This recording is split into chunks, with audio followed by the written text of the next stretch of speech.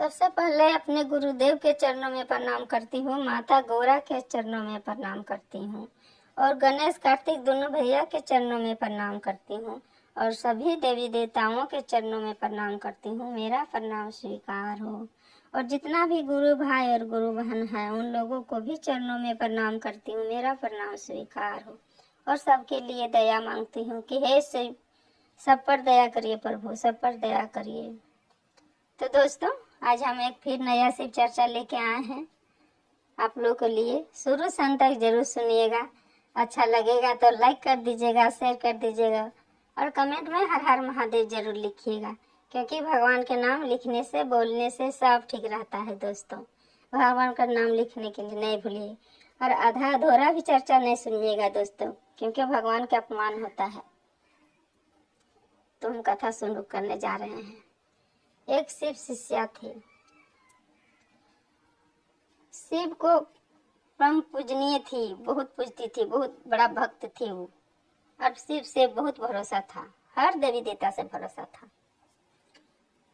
उसको शादी हो गया था। शादी होने से बहुत दिन हो गया, 10 साल हो गया शादी का, पर उनको बच्चा नहीं हुआ था।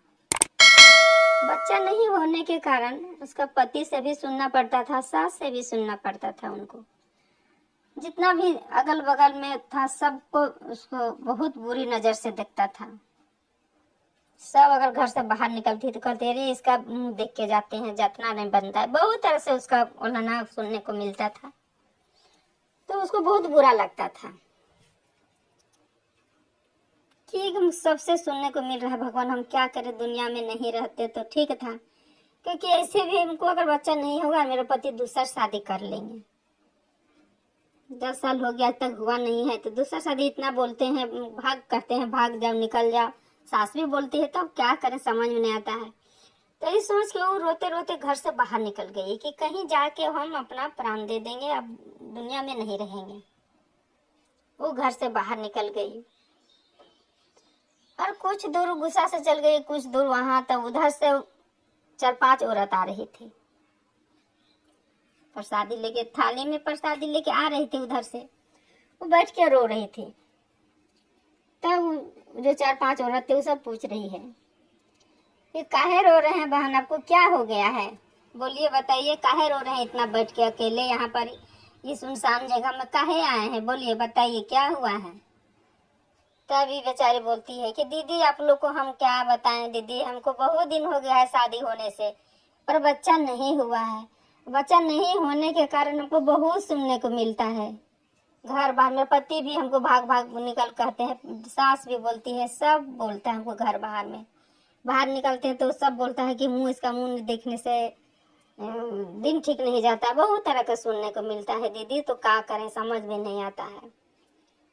तब वो जो थी उन लोगों बोली कि देखो बहन, ये हम लोग आ रहे हैं मंदिर से, नाग माता के मंदिर से पूजा करके।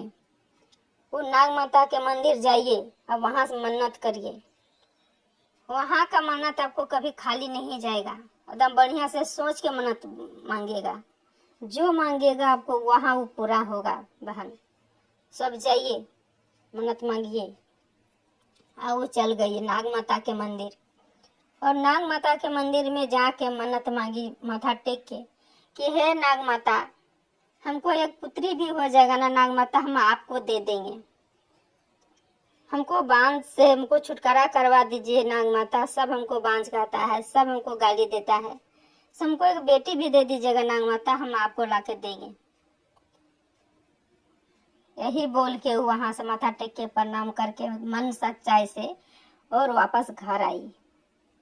घर आई तो 2-4 दिन कुछ दिन रही, तो उसके बाद उसको महीना दिन होते होते गर्भवती हो गई। और गर्भवती हुई तो 9वां महीना में खूब सुंदर पुत्री पैदा हुई उसको, बहुत अच्छा, नाग माता के दिया हुआ खूब बढ़िया बेटी। अब पैदा हुई बेटी, सब कुछ हुआ जो नियम है। उसके बाद इसको लगने लगा कि अरे आप तो मेरी पुत्री हो गई, इतना सुंदर बेटी, हम नाग माता को बोल के आए हैं कि हमको बेटी भी दे दीजिएगा नाग माता, तो हम आपको हवाले कर देंगे। तो अब हम कैसे जाएंगे बेटी को देने के लिए, ना ना ना, हम बेटे नहीं दे सकते हैं। ऐसे मन मोह ममता आ गया बेटी से। तो बहुत दिन हुआ, कुछ दिन के बाद 5 साल होने लगा, तब एक दिन घर में ही नाग माता आ गई। बेटी खटिया में सोई हुई थी, नाग माता नीचे से बेटी को देख रही थी। वो बोल के आई थी तो अब बेटी को देखेगी नहीं, वो देख रही थी। तब उनके जो मन्नत की थी वो देखी कि नाग माता पहुंची है, तो लगा वही नाग माता हो गई, मेरी बेटी को ले जाने के लिए ही आई थी। अब हम क्या करें? ना ना, हम अपना बेटी को अपने पास रखेंगे। बेटी को हम नाग माता को कैसे दे देंगे? अपने पास रखेंगे। हम नहीं दे सकते हैं अपना दिल के टुकड़ा। मोह ममता अपना बेटी से करने लगे पूरा। तब जब स्कूल में एडमिशन करवा दी, स्कूल में पढ़ने लगी थी, स्कूल में भी पूरा तेज थी पढ़ने में। 1-2 साल स्कूल में पढ़ाई की और सबसे क्लास में ये तेज थी, अच्छा नंबर लाती थी। तो उसको सहेली सबको बहुत इसको देख के जलन आता था। फिर ये देखने में भी इतनी सुंदर है और पढ़ने में भी इतना तेज है, तब उन लोग को बहुत जलन आने लगा। सब सहेली मिल के उसको ले गई एक किनारे कुआं के पास। चलो चलो उधर चलते हैं, बहुत कुआं है, कुआं में पानी पी लेंगे हम लोग थोड़ा सा। और वहां ले जाके कुआं में ढकेल दी। नाग माता तो जहां जहां जाती थी बच्ची, उधर उधर पीछे पीछे ही जाती थी। स्त्री के रूप में जाती थी, जिधर जाती थी उधर सुंदर स्त्री के रूप में। सब देखते रहती थी कि बच्ची किधर जा रही है। कुआं में जब लेके ढकेल दिया, वो सब जब भागे वहां से, तभी जो नाग माता थी अपना रूप में आ गई, नाग के रूप में, और अपना पूछी को नीचे कर दी। नीचे करके उस बच्ची को अपना पूछी पकड़ने बोली, अब पकड़ के उठा ली, उसको पकड़वा के अपना पूछी से खींच के उठा ली। उसके बाद घर आई, अच्छा से उसको ही करके उसको भेज दी घर नाग माता। फिर घर आई, कुछ दिन के बाद फिर सहेली के साथ ऐसे वो लोग करने लगी कि अरे इसको उस दिन हम लोग कुआं में ढकेल दिए थे, तो फिर आगे चलो बड़ी सुंदर है ये, चलो हम लोग कचरा में ढकेल देते हैं। फिर वो स्कूल में जब छुट्टी हुआ, तब फिर कुछ दूरी में कचरा था, वहां ले गई उसको, और वहां कचरा में लेके ढकेल दी बच्ची को। पूरा कचरा लग गया पूरा शरीर में। तो फिर नाग माता वहां गई थी उसको देखने के लिए।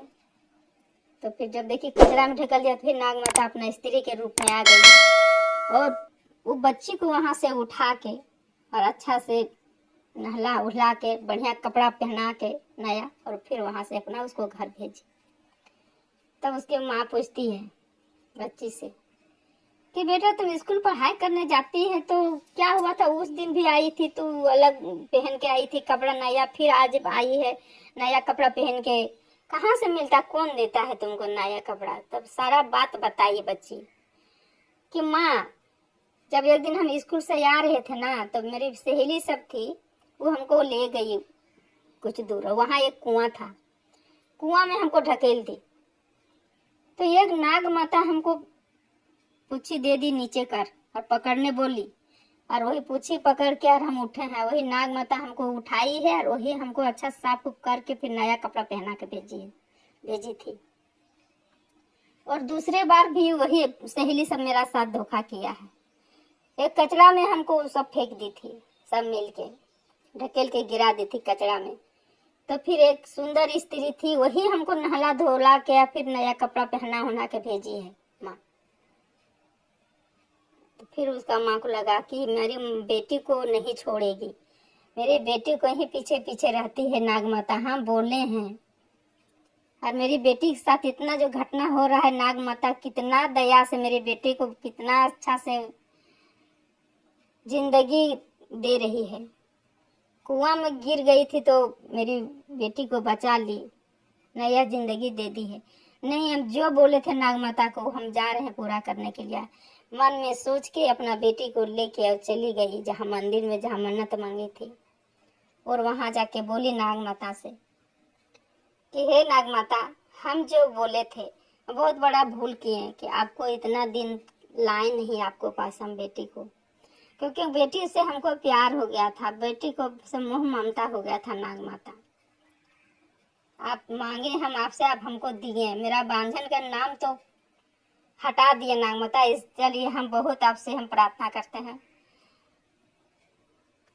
इसी तरह हर किसी को बंधन से छुटकारा करा दीजिएगा नाग माता, सब पर दया करिएगा। तब नाग माता अपना असली रूप फिर से स्त्री के रूप में आ गई, सुंदर स्त्री के रूप में, और बोलती है कि देखो मांगने में गलती की, तेरा मुराद तो हम पूरा कर दिए, लेकिन जब बोली तो खुशी से हमको हम मेरा पास लाती। हम भी एक स्त्री हैं, हम समझते हैं स्त्री को, अपना कलेजा के टुकड़ा किसी को हवाले करने से बहुत मुश्किल है, नहीं हवाले कर सकती है, वो हम भी जानते हैं। इसलिए हम आपको बेटी को हम नहीं लेंगे, मेरा पास ला के इतना बोल दी, उसी में हम खुश हैं। मेरा पास लाई, हम उसी में खुश हैं। तो जाओ बेटी के ले जाओ, बढ़िया से उसको शादी ब्याह कर दो। हम खूब धूमधाम से आपको बेटी का शादी देखना चाहते हैं। जिस दिन बेटी की शादी करेगी हम उस दिन भी आपको घर पहुंचेंगे बेटे के देखने के लिए। ये बोल के माँ बोली, ये बोल के आइए अपना घर आइए, बेटी का अच्छा से पाली, शादी ब्याह की। वो दिन भी माँ आई होगी, उसका घर कोई भी रूप से देखी होगी। तो इस तरह का आज का चर्चा है दोस्तों। उम्मीद करती हूँ कि ये वाला चर्चा आप लोग को सुन के बहुत अच्छा लगा होगा। एक नाग माता भी कितना मदद की, हर मुराद पूरा करता है। किसी से भी पूरा विश्वास करके ही पूजना चाहिए। हर देवी देवता से दिल से विश्वास करिएगा दोस्तों, सब पूरा होगा। तो सब मिलके बोलिए हर हर महादेव, माता पार्वती की जय।